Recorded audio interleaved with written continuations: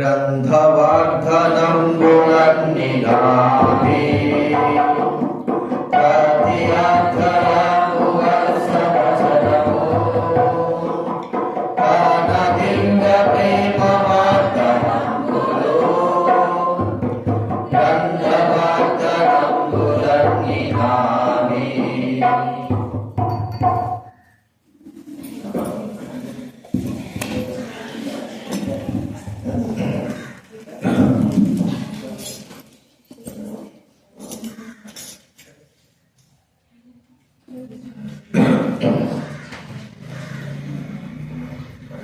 దేవుని వారిని ముందు ప్రార్థన చేసుకుందాము.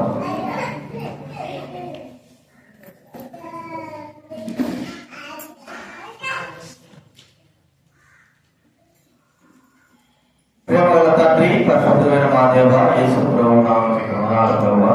ఈ సమయంలో మేము పాసంలో కూర్చుంటున్నాం. ఆరాధించి గణపతి మహిమపరచాలని ప్రభువా, డిసెంబర్ మాసం మొదటి ఆదివారం దినంలో మమ్మల్ని మీరు చేర్చినందుకు మీకు కృతజ్ఞతలు చెల్లిస్తున్నాము. మీ వాక్యం ద్వారా మాతో మాట్లాడే దేవుడు, ఆత్మతో సత్యంతో మేము మిమ్మల్ని ఆరాధించుటకై ప్రభుత్వమైన అనుగ్రహించవలసి మనం చేస్తున్నాం. రావాల్సిన తీసుకురండి.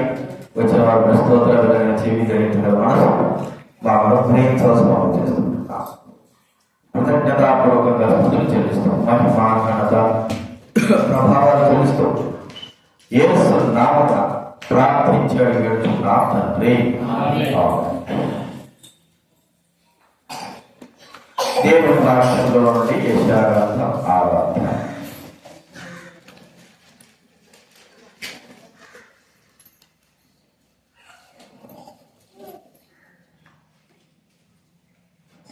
ఆరవ అధ్యాయము 8వ వచనం అందరూ చదువుకుందాం. యెషయా గ్రంథం బైబిల్ మధ్యలో నుంచి 573 బైబిల్ మధ్యలో నుంచి యెషయా గ్రంథం 573 ఆరవ అధ్యాయము 8వ వచనం అందరూ కలిసి చదువుకుందాం. అప్పుడు నేను ఎవరి పంపుదను పంపెదను, మా నిమిత్తము ఎవడు పోవడని ప్రభువు సెలవేగా వింటిని.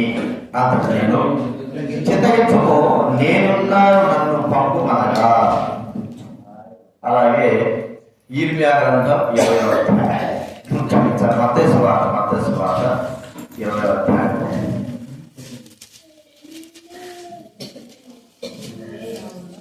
28వ వచనం. మత్తయి రాసినటువంటి సువార్త 20వ అధ్యాయం 28వ వచనం. అందరూ కూడా కలిసి బైబిల్ వెనక నుంచి 21వ పేజీ. బైబిల్ వెనక నుంచి 21వ పేజీ, 20వ అధ్యాయం 20. అలాగే మనుష్య కుమారుడు పరిచారం చేయించుకున్నట్టు కాదు కానీ పరిచారం చేయుటకు అనేకులు ప్రతిగా విమోచన క్రయముగా తన ప్రాణం ఇచ్చుటకును వచ్చాడని చెప్పాను. ఇక్కడ మనం చూస్తా ఉంటే యెషయా గ్రంథం 6వ అధ్యాయంలో మా నిమిత్తం ఎవరు పోతారు అన్నప్పుడు యెషయా అంటున్నాడు, నన్ను ప్రభువా నేను సిద్ధంగా ఉన్నానని మాట. ఈ మాట మరి తండ్రైన దేవుడు పరలోకంలో ఇలా ఉండొచ్చేమో, భూలోకంలో పాప ప్రాయశ్చిత్తం చేయడానికి కొరకు ఎవరు పోతారు. అయితే ముందు నుంచి భూమి మరి పుట్టినప్పుడు చాలా కాలం నుంచి కూడా ప్రభువైన యేసుక్రీస్తు వారి రాకడ గురించి మనకి ఇక్కడ తెలుపబడతాం. అలాంటి కాలం నుంచి కూడా తెలుపబడతాం. కాబట్టి ఆయన ఈ లోకంలోకి పరిచారం చేయించుకోవడం రాదు కానీ పరిచయం చేయడానికి వచ్చారు. ఈ పరిచర్య ఎంత గొప్పది! ఈ పరిచర్య ఆయన ఎవరికి చేశాడు? ఈ పరిచర్య ద్వారా ఎలాంటి పరిచర్య, ఈ పరిచర్య ద్వారా మనం ఎలాంటి మేలులు పొందాం అనేది మనం ఇక్కడ గ్రహించాలి. ఎలాంటి మేలులు పొందాం ఈ పరిచర్య ద్వారా? పరిచయం చేయడానికి వచ్చాడు ఆయన చేసిన పరిచర్య ఆత్మ సంబంధమైన పరిచర్య. అదే రీతిలో శరీర సంబంధమైన పరిచయం కూడా ఆయనే చేశాడు. ఆత్మ సంబంధమైన పరిచయం మొదటిగా, శరీర సంబంధమైన పరిచయం కూడా రెండోదిగా. రెండు కలిపి ఆయన చేసినట్టుగా ఎవరి కొరకంటే కేవలము మన కొరకు ఆయన చేసినటువంటి ఆత్మ సంబంధమైన పరిచయం. ఏంటి ఆత్మ విషయమై ఆయన మన కొరకై చేసిన పరిచయం? మనకు బాగా తెలుసు, మన ఆత్మ ప్రభువు యొక్క ఆజ్ఞను తిరస్కరించినటువంటి ఆదాము అవలను బట్టి మన ఆత్మ నశించిపోయింది. బాగా చెప్పాలంటే చచ్చినటువంటి స్థితిలో ఉంది, చనిపోయే స్థితిలో. ఈ ఆత్మ చనిపోయినట్లుగా మనం గుర్తిస్తున్నాం, చనిపోయిన స్థితిలో ఉన్నట్టుగా. కారణం ఏంటంటే పాపం. బైబిల్ అని చెప్పే మాట, మీ పాపమును బట్టి అపరాధముల ద్వారా మీరు చచ్చిన వారై అనేటువంటి మాట మనం ఎప్పుడు చదువుతున్న మాట. చూడండి, రెండో అధ్యాయం మొదటి వచ్చిందామండి ఎవరైనా. ఎఫెసీయులకు రెండో అధ్యాయము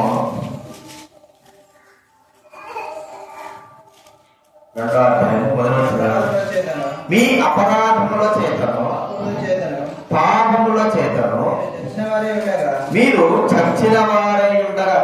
మీరేమున్నా అంటే చచ్చిన వారై ఉండగా అపరాధముల చేతను పాపముల. మన ఆత్మవిషయమై ఆయన ఎలాంటి పరిచయం చేశాడు? చచ్చిన మన ఆత్మను బ్రతికించినాడు. మనం చెప్పుకోవాలంటే చిన్నపిల్లలు అప్పుడే పుడతారు, పుట్టిన వారికి గానాడు, వాళ్ళు చచ్చినట్టుగా పడిపోయింటారు. డాక్టర్లు ఏం చేస్తారు, తల కింద పెట్టి వీపు పైన బాగా మొత్తం చిన్న కొడతారు. అప్పటికి ఆడకపోతే ముక్కులోకి ఒక గాలి పైప్ పెట్టేసి గాలి పెడతారు కదా. అప్పటికి ఆడకపోతే డోర్ తీసి డోర్ పెట్టి గట్టిగా ఊతారు. చివరికి ఏదో ఒక ప్రయత్నంలో చచ్చినట్టుగా అనిపించేట ఆ బిడ్డ వెంటనే ఏడవడం మొదలు పెడతారు. అంటే అప్పుడు తను బ్రతికాడు అని మనం గుర్తిస్తున్నాం. భూలోక సంబంధంగా మనకు బాధిస్తూ హార్ట్ అటాక్ వచ్చిన వారు, చచ్చిపోయినట్లుగా పడిపోయిన వారికి ముందు చేసే ట్రీట్మెంట్ ఏది, గుండెలో బాగా గట్టిగా అమ్మడం. దాని ద్వారా ఆ వ్యక్తి చచ్చినట్టుగా ఉన్నప్పటికీ ఒకవేళ దాంట్లో కదలికి వచ్చిందనుకోండి, వెంటనే తాను బ్రతికినట్లుగా మనం చూస్తాం. ఇప్పుడు మానవుడు ఏమైపోయినాడు అంటే పాపములన్నీ తన పైన పొర్లి పాపములు తన మీద పడి మానవుడు ఏమైపోయాడు, చనిపోయినాడు. పాపములన్నీ మన బాగా ఏదైనా ఆ గోడ ఉందనుకోండి, ఆ గోడ లేకపోతే ఇసుక తిప్పం అనుకోండి, మన దగ్గర ఉన్నాము, ఇసుకంతా మన మీద పడిపోయిన తర్వాత వెంటనే మనల్ని తీసేసారు, ఎట్లా వాడు తీసారు, మన వెంట స్పృహలు పెట్టున్నాం, చనిపోయే స్థితిలో ఉంటున్నాం. వెంటనే ఏదో ఒక రీతిలో మనల్ని బ్రతికించడానికి డాక్టర్లు కానీ ప్రజలు కానీ ఏదో ఒకటి చేస్తారు. చివరికి ఆ యొక్క గాలి పీల్చుకుంటానే బతికినాడు ఆయన మనకు ఆ ఆనందము కలుగుతుంది. చూడండి, మనం గమనిస్తే చచ్చినటువంటి మానవులైన వారిని ఏదైతే మానవుని మీద పడిపోయిందో, ఏదైతే మానవుని మీద ఉందో, మానవుని పైన మానవుని మీద ఉండేది ఏంటంటే పాపము. మా అపరాధములు, మా పాపములు మా తలకు మీదుగా ఉన్నాయి. మా దోషములు మా యొక్క మీద బరువుగా ఉంటున్నాయి. మా పాపములు, మా అతిక్రమములు మమ్మల్ని మరి దిగజార్చేసినట్టుగా ఉంటున్నాయి అని మనం చూస్తాం. అలాంటి స్థితిలో ఉంటున్న మనల్ని ఏం చేశాడు, మొట్టమొదటిగా మన అపరాధం అన్నింటిని కూడా ఇట్లా తీసివేసినట్టుగా. చూడండి, కొలస్సీ రాసిన పత్రిక 2వ అధ్యాయం. పాపములు పడిన మీద పాపములతో బరువుగా కింద ఉన్న మన జీవితాలు ఎట్లా చూడండి. కొలస్సీ రాసిన పత్రిక 2వ అధ్యాయం 15 వచ్చిందామంటే 15 వచ్చిన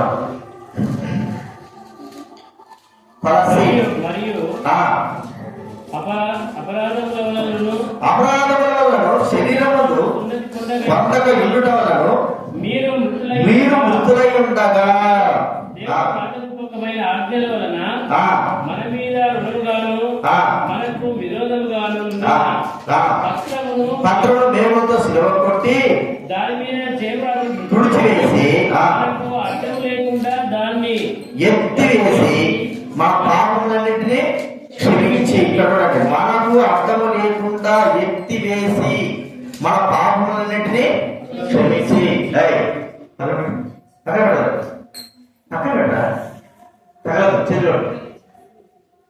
పాపములన్నింటినీ ఎత్తివేశాడు. అంటే ఎంత బరువు బరువు అయినటువంటి పాపములు మానవుడు మోస్తా ఉంటున్నాడు.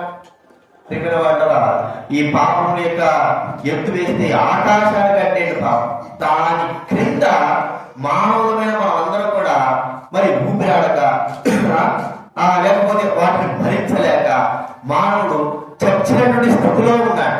వెంటనే ప్రభు ఈ లోకంలోకి నేను వస్తాను అది చూడి ఎంతమంది ఇప్పుడు మనం ఏదైనా బిల్డింగ్ కూలిపోయింది అనుకోండి, వెంటనే సహాయ బృందం వచ్చేస్తాం.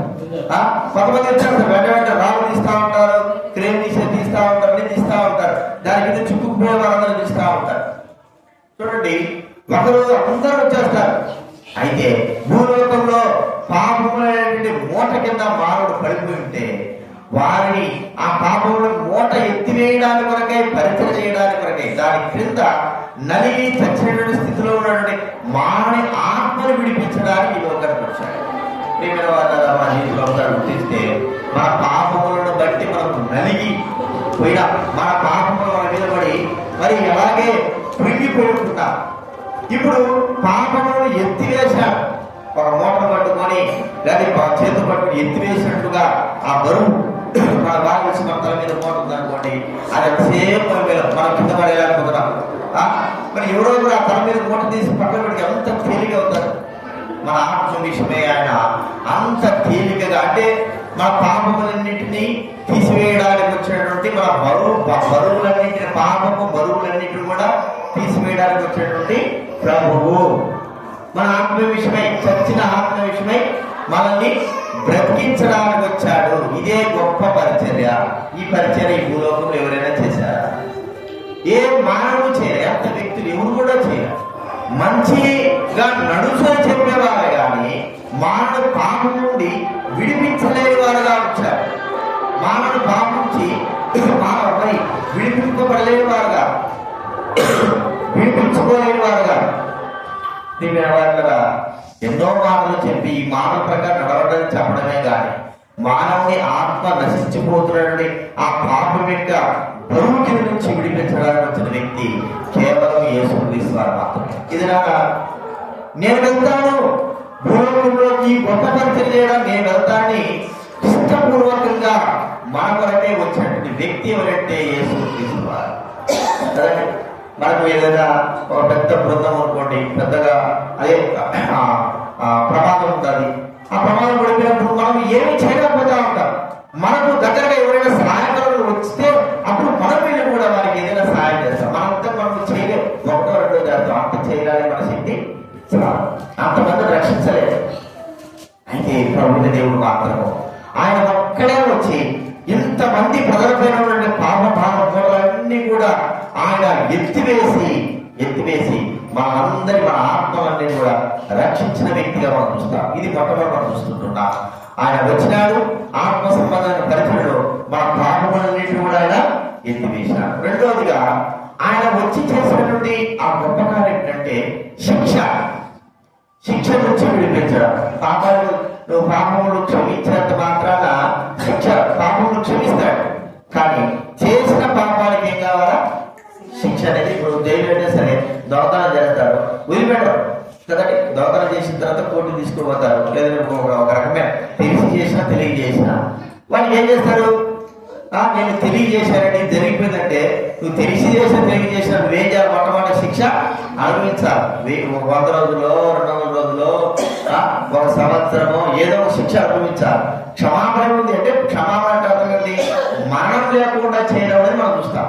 క్షమాపణ ఉంది కానీ చేసిన దానికి ఏమో అనుభవించాలి? ఇక్కడ శిక్ష. ఇప్పుడు మన ఆత్మకు శిక్ష, మన ఆత్మకు, ఆ ఆత్మతో పాటి మన శరీరానికి కూడా శిక్ష ఉంది. మనం చేసినటువంటి తప్పుకి మన ఆత్మతో పాటి మన శరీరానికి కూడా ఏముందండి? శిక్ష. ఇక మనం చూస్తామంటే కొలెస్ట్రాల్ 2వ అధ్యాయం చేస్తే చూడండి, విరోధముగా ఉండిన పత్రము మేకులతో శిరము కొట్టి దాని మీద చేవాత తుడిచివేసి మనకు అడ్డం లేకుండా దాన్ని ఎత్తివేసి మన అపరాధములన్నింటినీ క్షమించే. అపరాధం క్షమించాడు. ఇంకా ఇక్కడ మాట్లాడుతున్నాడు. మొదటి పేతురు పత్రిక 2వ అధ్యాయం, మొదటి పేతురు పత్రిక 2వ అధ్యాయం 24వ వచనం. మొదటి పేతురు పత్రిక 2వ అధ్యాయము 24వ వచనం. మనము పాపం విషయమై చనిపోయి ఈ విషయమై జీవించినట్లు ఆ, ఆయన తానే తన శరీరమందు మన పాపములను మ్రాణ మీద మోసుకొనెను కదండి. పైన చదవండి. ఆయన శిక్ష విధించబడను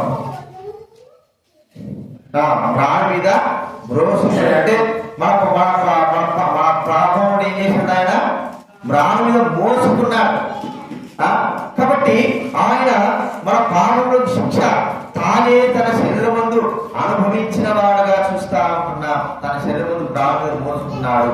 శరీరములు ఆయన శిక్షను అనుభవించిన వాడుగా చూస్తారు. అంటే మనం చూస్తే యేసుప్రభువు ఏం చేశారు? ఆయన పట్టుకున్నారు, కొట్టారు. కొట్టి చూడండి, ఇంకా రోమ రాసిన పత్రిక 8వ అధ్యాయం, రోమిలికి రాసిన పత్రిక 8వ అధ్యాయం 4వ వచనం. ఇక్కడ మ్రాణ మీద పాపములకు మరి ఎత్తివేయడం కాకుండా 8వ అధ్యాయం 4వ వచనం, శరీరం అనుసరించి ఆత్మను అనుసరించి నడుచుకున్న మన ముందు ధర్మశాస్త్ర సంబంధమైన విధి నెరవేర్చబడాలని పాప పరిహార నిమిత్తము దేవుడు తన సర్వకుమారుని పాప శరీరంతో పంపి పాపమునకు శిక్ష విధించిన ఆయన శరీరమునందు పాపానికి ఏం చేశాడంటే శిక్ష విధించే ఆయన ప్రధాన మన నిమిత్తమై. ఎందుకు? శరీరము ద్వారా చేసిన ఆత్మలో చచ్చినాము. ఆత్మ వచ్చి శరీరం ద్వారా చేసినటువంటి పాపముల కంటే కూడా మనకు శిక్ష విధింపబడి ఉన్నది. ప్రియమైన వారా, ఆ శరీరం శిక్ష యాశగ్రత 53 చూస్తే స్వరూపం లేదు, సొగసు కూడా లేదు.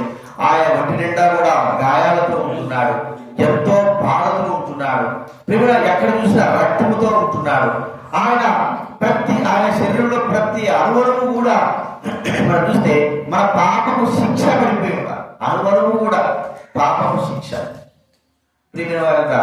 ఇది మనం చూస్తే ఆయన వచ్చి ఈ లోకంలోకి నేను వెళ్తాను అన్నప్పుడు మానవుడు చేసినటువంటి గొప్ప ఆ ఉపకారం ఏమిటంటే, పరిచయం ఏంటంటే, తన శరీరంలో మన కొరకు అప్పచెప్పుకున్నాడు. పరిశుద్ధమైన పవిత్రమైన శరీరం మనకు అప్పచెప్పి శరీరంపై మనకు శిక్ష విధించాడు, క్షమించినాడు.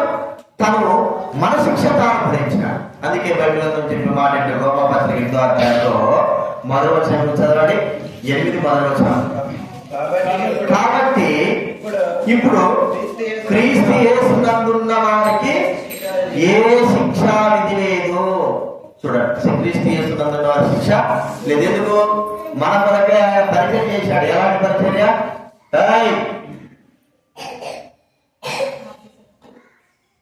మన కొరకు ఎలాంటి పరిచయం చేశాడు? ఆయన ఆత్మ సంబంధం పరిచయం చేస్తూ శరీర సంబంధమైన పరిచయం మన కొరకే చేశాడు. ఆత్మ సంబంధం పరిచయంలో మన ఆత్మను బ్రతికించాడు.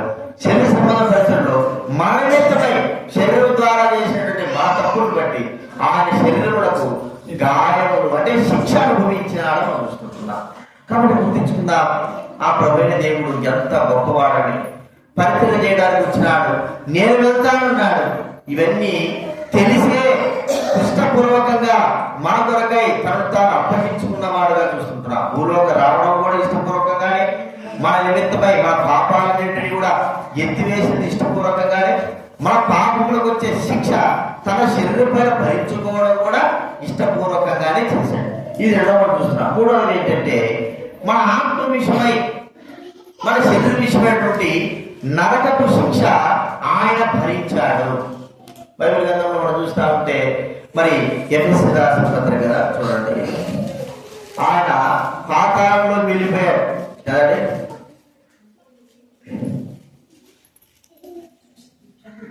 ఎఫెసీ పత్రిక 4వ అధ్యాయం 9వ వచనం చదవండి.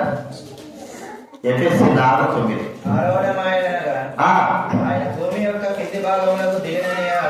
ఆయన భూమి యొక్క క్రింది భాగములకు దిగిన అటమించుతున్నది. దిగినవాడు తానే సమస్తం నింపునట్లు ఆకాశ మండలన్నిటికంటే మరి పైకి ఆరోహణమైనవాడు, ఆకాశ మండలం కంటే మరి పైకి ఆరోహణమైన వాడు, ఆకాశ మండలం కంటే మరి పైకి ఆరోహణమైన ఉన్నాడట కదండి. కాబట్టి మనం చూస్తా ఉంటే పాతాళములకు మన నిమిత్తమే వెళ్ళాడు. పాతాళం ఏమిటి? పాతాళము మరి పాతాళము జయించిన వాడే ప్రజలను రక్షించగలడు. పాతాలను జయించలేని వాడు ప్రజలు రక్షించలేడు. ఎందుకంటే పాతాళంలో ఉన్నవాడు తను తాను కాపాడుకోలేడు. ప్రియమైన వారులారా, పాతాళం అందరూ కూడా బంధించేస్తుంది, పాపాత్ములందరూ కూడా బంధించేస్తాము. పాతాళంలో వెళ్ళిపోవడం మనం ఆలోచిస్తే పాతాళంలో 2 భాగాలు ఉంటాయి. ఇప్పుడుగా యేసు ప్రభు చనిపోయిన సమాజ మిత్రులే మునుపు 2 భాగాలు. ఒకటి ఏంటంటే నరకము, రెండోది పరదేశం. అందుకే లూకాసు వార్త 16వ అధ్యాయంలో మరి లాజరు ధనవంతుడి గురించి చెప్పబడింది. లాజరు ఎక్కడున్నాడు? పాతాళంలో బాధపడుతున్నాడు. ఈ యొక్క ధనవంతుడు లాజరు ఎక్కడున్నాడు? పాతాళంలో ఒక భాగమైనటువంటి మరి పరదేశంలో ఆ వ్యక్తి సంతోషంగా ఉన్నాడు. ఇప్పుడు యేసుక్రీస్తు వారు ఎక్కడికి వెళ్ళాలి? ఇప్పుడు పరదేశం పాతాళం 2 పరపగా ఉండకోకుండా చేశాడు. ఆయన భూమిలోకి వెళ్ళిపోయి పాతాళంలో వెళ్ళిపోయి 3 దినాలు పాతాళంలో ఉండి పాతాళంలో ఉన్నటువంటి పరదేశంలో ఏం చేశాడంటే పరములకు తీసుకొచ్చాడు. అందుకే ఇక్కడ మాట్లాడి తీసుకున్న నుండి ఆయన దిగి అర్పించున్నాడు. దిగిన వాడు ఏం చేశాడంటే ఆకాశంలో ఎత్తి మరి పైకి ఆరోహణమై ఉన్నాడు. అన్నిటిని కూడా పైకి తీసుకొచ్చేసాడు. మనం చూస్తే పాతాళంలో ఉంది అప్పట్లో పరదేశం అంటే సమూయేలు చనిపోయిన తర్వాత సౌలు మరి అక్కడ మనం చూస్తే ఆ యొక్క కథాశాస్త్ర తీసుకువెళ్తే సౌలు చెప్తాడు, ఎవరు వచ్చారు చెప్పు అంటే భూమిలో నుండి వస్తాడు కదండి. భూమిలో చూడండి, మొదటి సమయంలో చూడాలి. దీన్ని బట్టి ఆడవాళ్ళని చూసుకోండి. మొదటి సమయంలో 28వ అధ్యాయం, మొదటి సమయం 28వ అధ్యాయం.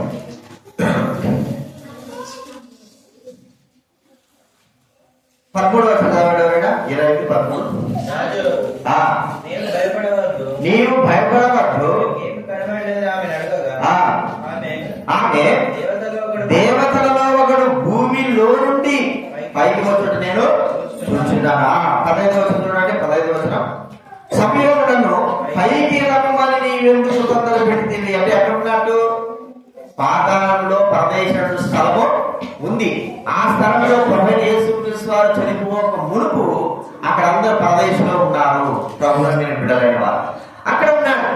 ఇప్పుడు యేసుక్రీస్తు వారు ఏం చేశారంటే పాతాళంలోకి వెళ్ళిపోయి పాతాళంలో జయించి మన ఆత్మలు పాతాళంలో వెళ్ళకపోకుండా ప్రేమిన వాళ్ళ పాతాళం యొక్క వశంలో కాకపోకుండా ఆయన పాతాళంలో ఉన్నటువంటి ఆ యొక్క పరదేశం అంతా కూడా తీసుకుని వెళ్ళి పైకి తీసుకుని వెళ్ళిపోయాడు. ఆకాశం 3వ ఆకాశంలో తీసుకుని వెళ్ళిపోయాడు. అంటే మనం ఆలోచిస్తే పాతాళాన్ని ఆయన జయించినాడు. పాతాళంలో జయించినటువంటి ఘన విజయము కేవలము ప్రభువైన యేసుక్రీస్తు వారిదే. ఇప్పుడు ఆ పాతాళంలోకి ఎలాగా వెళ్తామను అంటే శరీరంతోనే. అర్థమైంది మీకు? శరీరంతో పాపము చేసినటువంటి మనమందరం కూడా బైబిల్లో ప్రభు అన్నాడు, నీ కాలు నిన్ను అభ్యంతరపరిస్తే దాని నరికి పాడు, నీ చెయ్యి నిన్ను అభ్యంతరపరిస్తే దాని నరికి పాడు.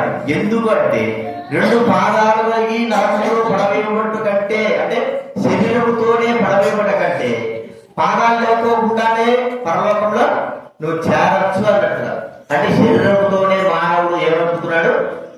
శరీరంతో మనకి కాలిపోతారు కదా. శరీరం అంటే అక్కడ చావదు, ఆ శరీరం పురుగు చావదు, ఆత్మ ఆనదు. అంటే అజ్ఞానం, ఆ అగ్ని అనేది కాదు.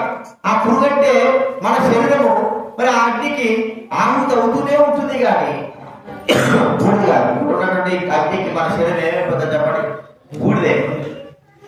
ఎందుకు ఆత్మ మరి బాధపడుతుంది అని అంటే మన శరీరము మార్చబడి మన శరీరంతో పాటి మనం ఏమైపోతాము? పాతాళంలో బాధపడతా ఉంటాం. శరీరం ఎందుకంటే శరీరం చేసినటువంటి శరీరం ఇక్కడ కులిపోయి ఉండొచ్చు, కానీ ఒక దినాన్ని ఈ కులిపోయిన శరీరం ఏమైపోతుంది? లేస్తుంది. లేచి మహిమా శరీరంగా మార్చబడుతుంది. ఆ శరీరం ఎవరైతే పాపం చేశారో అదే శరీరంతో ఏమైపోతారు? మానవుడు నరకంలోకి వెళ్తాడు. అంటే అప్పుడు బాధ వేదన, శరీరంతో మనం చేసిన తప్పులన్నింటి కూడా బాధ వేదన, ఆత్మరాజు ఉంటుంది, శరీరఘాతు ఉంటుంది, బాధ వేదన, అంత వేదన. అందుకే మనం ఏమనుకుంటాము? శరీరం కాలిన తర్వాత చచ్చిపోతే బాబుని బాధపోతారంట కదా. చనిపోతే ఏమైపోతుంది? బాధపోతారంట. అయితే అక్కడ మరణానికి చోటు పాతాళంలో లేనే లేదు, కాదునే ఉండాలి. కాబట్టి ఇప్పటికైనా సరే ప్రభునందు విశ్వాసం ఉంచు. ఇప్పటికైనా సరే ప్రభు నమ్ము. ఇప్పటికైనా సరే నీ ఆత్మ విషయమై నీ శరీరం విషయమై జాగ్రత్త కలిగి. ఈ లోకంలో ఏది శాశ్వతం కాదు. శరీరంతో నువ్వు చేసినవన్నీ కూడా, శరీరం ద్వారా నువ్వు చేసినవన్నీ కూడా ఒక దినాన శరీరంతో పాటు తీసుకుని వెళ్ళి నరకంలో అద్దె పడేస్తారు. అయితే అక్కడ కావుతాడు. ఎవరు రక్షిస్తారు? పాస్టర్ రక్షిస్తాడా? ప్రజలు రక్షిస్తాడా? తండ్రి రక్షిస్తాడా? కుటుంబం రక్షిస్తాడా? ఎవరు రక్షించరు. ఆ ఆత్మ బాధలు ఇవే. ఎవరైతే శరీరం కావుతారో వారంతకు వారే బాధపడాలి.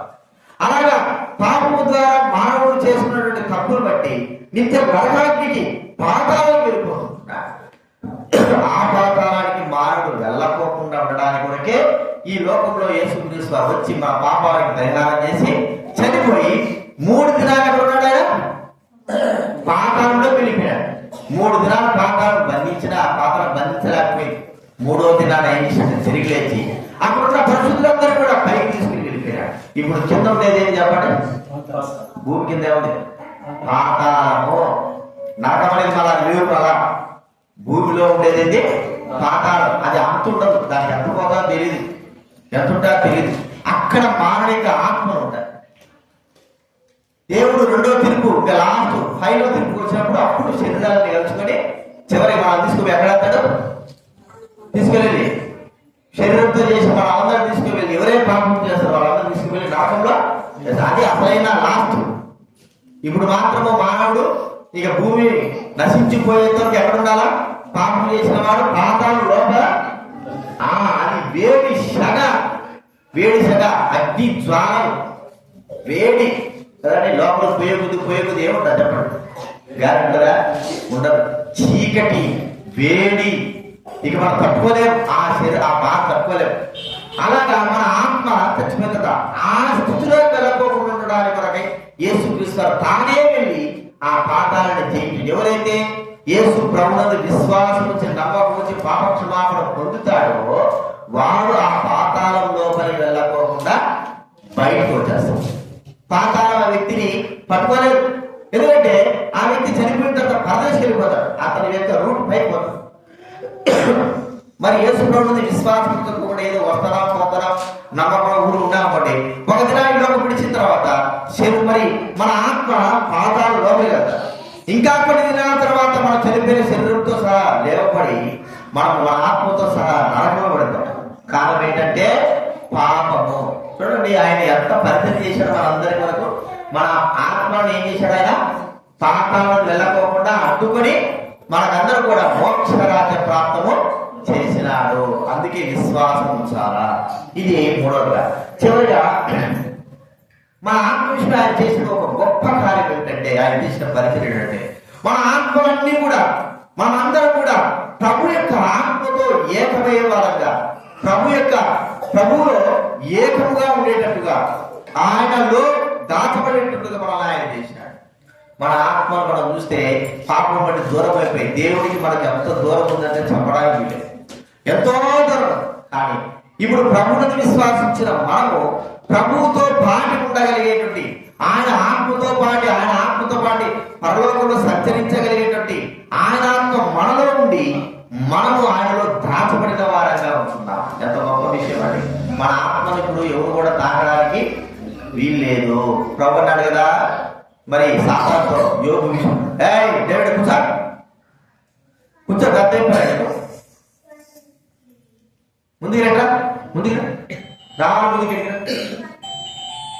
ముందుకు రా, నేను వచ్చినట్టు జుట్టు పట్టుకుని వస్తాను. బయట తీసుకో, రాయికి ముందుకు రా. ఏ కదా ఇంకా అన్నవాడు అలవాటు చేయాలి. లేకపోతే నువ్వే ముందు కూర్చోవాలి. ఇక్కడ ఏం చెప్పినాడు? మన ఆత్మ దేవుడిలో నిలిచి ఉన్నాడు.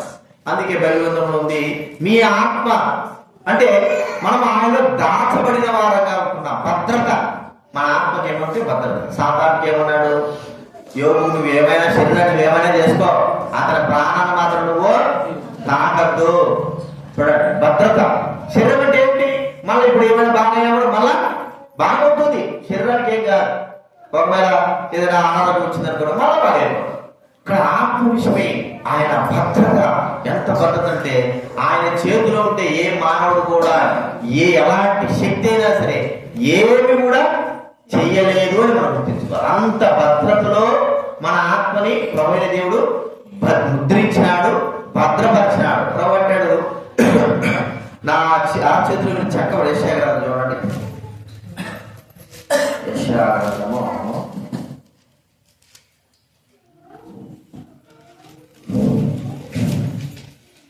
49వ అధ్యాయము 16వ వచనం చదవండి.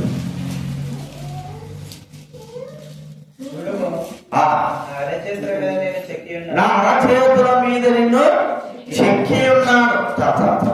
నా అరచేతులు ఇంకేమన్నాడు? యోహాను సువార్తలో 10వ అధ్యాయం 8వ వచనంలో, యోహాను సువార్త 10:8 చదవండి.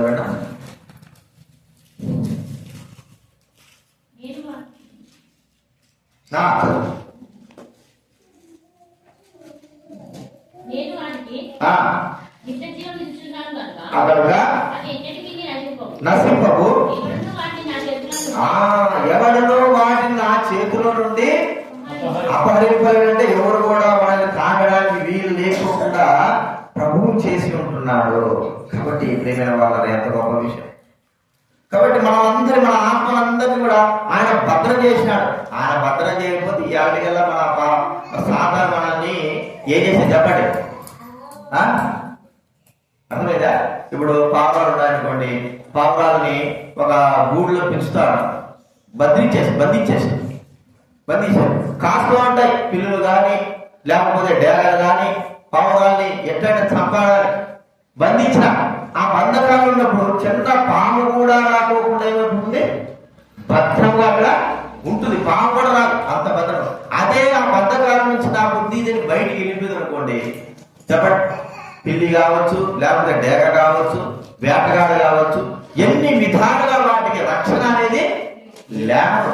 ఇప్పుడు ప్రభువు ఆ యొక్క ఆత్మ మన చుట్టూ ఉండి మనం ఏం చేస్తున్నారు, కాపాడు. చిన్నపిల్లల్ని చెప్పబడిన ప్రకారంగా చిన్నపిల్లల చుట్టూ ఆయన తన దూతలు కావాల్సినట్టుగా మన చుట్టూ తన ఆత్మని ఏం చేశాడు, ఆయన కావాలి, భద్రత ఆయనలో మనం దాచాడు. కాబట్టి ఈ దినాన నీవైనా నేనైనా కాస్త విస్తూ కొంత విశ్వాసంతో ఉన్నామంటే కేవలం ఆయన భద్రతనే, వేరేదేం కాదు. ఆయన భద్రత ద్వారానే మనం ఇలాగా ఉన్నాము. ఇది ప్రభు నాలుగులో మనం చూస్తాము. చూడండి, ఆయన ఆత్మ విషయంలో మనం చేసిన గొప్ప కార్యం. ఆయన రావడము, పరిచయం చేయడము, హృదయపూర్వకంగా ఇష్టపూర్వకంగా వచ్చి మన పాపముల విషయమైన పాపమన్నిటిని కూడా ఆయన క్షమించి వేసి ఎత్తివేసి, అంతకాదు పాపానికి మరి వచ్చిన శిక్ష ఆయన తన శరీరం మీద భరించి శిలువ మీద భరించాడు. అంత మాత్రమే కాకుండా ఆయన చేశాడు, మన పాపం ద్వారా వచ్చేటువంటి నరకపు శిక్ష, నరకం మన శరీరానికి మన ఆత్మకు రెండింటికి ఉన్నాడు నరకాన్ని. యేసు ప్రభువు ఆయనే పాతాళానికి వెళ్ళి నరకపు శిక్ష కూడా తీసివేసినాడు. ఆయన విశ్వాసించిన వ్యక్తి నరకానికి వెళ్ళడు, పరలోకానికి పరదేశిక దేవుడి సన్నిధికి వెళ్తాడు. అంత మాత్రం కాకుండా మన ఆత్మ ఆయన కాపుదలిచ్చి ఆయనలో మనం ఉంచాడు. ఆయనలో ఉంచడం అనేది మనం చూస్తాం. అందుకే కొలసి రాష్ట్రపతి 3వ అధ్యాయం మనం చూస్తే 3వ అధ్యాయం 3వ వచనం కొలసి చివరిగా చూసుకుందా, కొలసి రాష్ట్రపతిగా 3వ అధ్యాయం 3వ వచనం, మీరు మృతి పొందింది, మీ జీవము క్రీస్తుతో కూడా ఎక్కడుందంటే దేవుని యందు దాచబడింది మీ జీవం. కాబట్టి ప్రియమైన వాళ్ళగా దేవునిలో దాచబడినట్టు ఆ జీవమును ఎవరు కూడా రాగలేరు. చూడండి, ఇంకోటి 1 సమూయేలు గ్రంథం 25వ అధ్యాయం 29వ వచనం చూడండి, ఎంత చక్కగా మాట.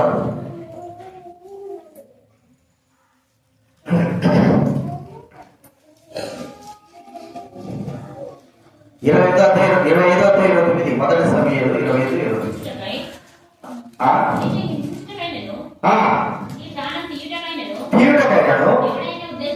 ఉద్దేశించాడా నున్న జీవపు మూటలో కట్ట ఎక్కడుందంటానండి, మన ప్రాణము యెహోవా యొద్దనున్న జీవపు మూట కదండి. పాతకాలపు ముసలోళ్ళు ఉంటారు, వాళ్ళు ఏం చేస్తారు, బొడ్డు కాడ ఒక చిన్న తిత్తి పెట్టుకుంటారు, సంచి. అర్థమైందా? ఏముంటాయి దాంట్లో? డబ్బు ఉంటుంది, ఇంకా ఆకు వక్కలు పోవాకలు అన్నీ ఉంటాయి కదా, వాటిని ఏం చేస్తారు, మడత పెట్టి ఇట్లా లాగి వాళ్ళ దోపుడు ఎక్కడ అట్టే ఉంటాయి. అర్థమైందా? ఏమైనా ఎప్పుడైనా కావాలి వాళ్ళకి పెద్ద బ్యాంకులు కూడా అవసరంలే. ఎప్పుడైనా కావాలంటే అది తీసుకోవడం, దాంట్లో మూటలు వచ్చి తీయడము, ఏమేమి కావాలని అట్లాగా ఆయన జీవపు మూట అనేది. జీవ మూట అంటే ఎంత పెద్ద మూటనో ఆ మూటలో మనం అందరినీ వేసేసి ఇట్లా వేసేసాడు. ఇక ఆ మూటను తెరిచేవాడు ఎవరైనా ఉంటారా? అర్థమైందండి? జీవపు మూటలో వేసేసాడు మన ప్రాణాన్ని, మన ఆత్మ. అంటే ఆయనతో పాటు ఎప్పుడు ఎక్కడ ఉంటుంది అది? జీవ మూట వేసేసి తన దగ్గర స్త్రీలు ఎట్లయితే ఆ మూటను దగ్గర పెట్టుకుంటారో అలాగా తన దగ్గర పెట్టుకున్నాడు ఆయన మూటను. అది గొప్ప విషయం. కాబట్టి ఈ 4 గంటల విషయాలను బట్టి మనం ప్రభుని స్తుతించాలి. ప్రభు హృదయపూర్వకంగా ఈ లోకానికి రావడం, హృదయపూర్వకంగా శరీరానికి మన ఆత్మకి కలిగినటువంటి ఆ పరిచర్యను చేసి మన విషయమై ఆయన గొప్ప కార్యం చేశాడు, మన ఆత్మని రక్షించాడు. ఈ విషయాలు గుర్తుపెట్టుకుందాం. మనం ఆరాధనలో ప్రవేశిద్దాం. లేచినప్పుడు ఒక పాట.